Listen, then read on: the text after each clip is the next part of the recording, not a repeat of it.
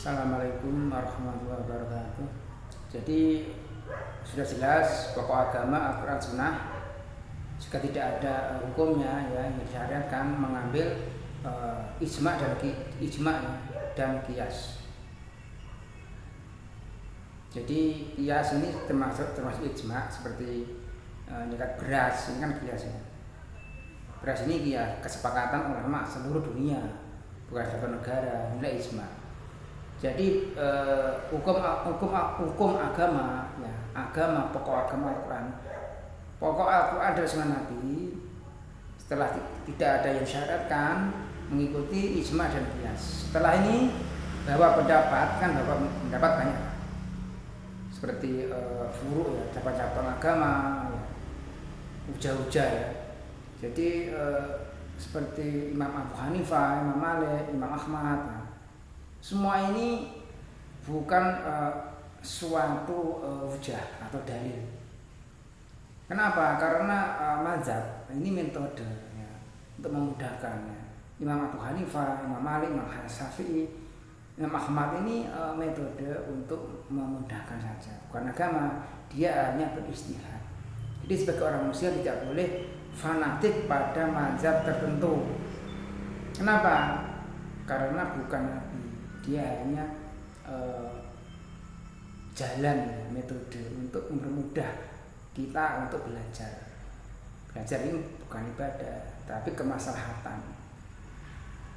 Akan tetapi ya mengikuti seperti mazhab Imam Abu Hanifah, Imam Malik, Imam Syafi'i, Imam Ahmad, semua pendapat-pendapat ijtihad untuk para imam itu ya, kita ini harus mempertimbangkan yang sesuai jiwa Al-Quran dan Sunnah Nabi. Sebagaimana kita bisa mengetahui Al-Quran dan Sunnah Nabi lewat siapa? Lewat para ulama ya, perwasilah kepada ulama yang masih hidup, seperti ustadz, guru, kiai, guru-guru sekolahan, pesantren. Karena apa? Karena ulama pewaris Nabi. Jadi kalau ulama pewaris Nabi harus mengikuti contoh, cocok sesuai Rasulullah SAW dan ikhlas sesuai suri teladannya. Itulah ulama pewaris Nabi. Karena Allah Ta'ala berfirman dalam surat Al-Ahzab ayat 21, laqad kana lakum fi rasulillahi uswatun hasanah.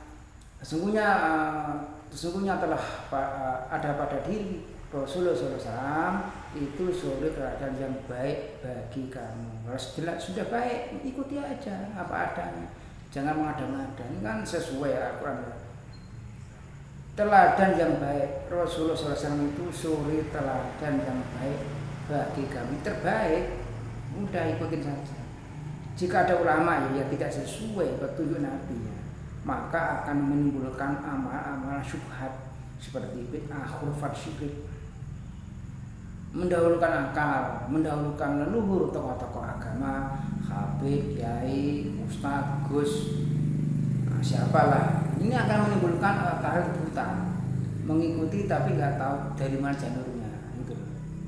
Jadi harus tahu seperti apa ulama itu, guru-guru itu. Jadi kalau ada ulama yang mendahulukan akal leluhur tokoh-tokoh agama yang nggak sesuai, nggak cocok apa yang dibawa risalah Rasulullah SAW, itu bukan ustadz, bukan kiai, bukan pewaris Nabi, bukan hujah, bukan agama. Jadi hati-hati. Semoga yang mendengar dirahmati Allah. Islam ajaran nasihat bahwa perkataan perbuatan orang tertentu seperti metode ya ijtihad, mazhab untuk memudahkan kefahaman, seperti usul fikih itulah. Ada masalah mursalah, ya. Ada usuluddin, usuliyah, banyak itu masalahnya. Masalah mursalah, nah ini harus paham. Jadi kesimpulannya ya, ibadahnya adalah merendahkan diri kepada Allah Subhanahu wa Ta'ala, yaitu tingkatan tunduk yang paling tinggi disertai dengan rasa mahabbah, kecintaan yang paling tinggi. Jadi khusus ya penghambaan ya. Sudah jelas ya, agama pokok Al-Quran dan Sunnah, pokok. Khusus penghambaan ya. Penghambaan itu beda sama muamalah ke masyarakat. harus jangan disamakan. Penghambaan itu mau langsung beribadah seperti sholat. Jadi bila tidak menemukannya dalam hadis ya atau Al-Quran dalam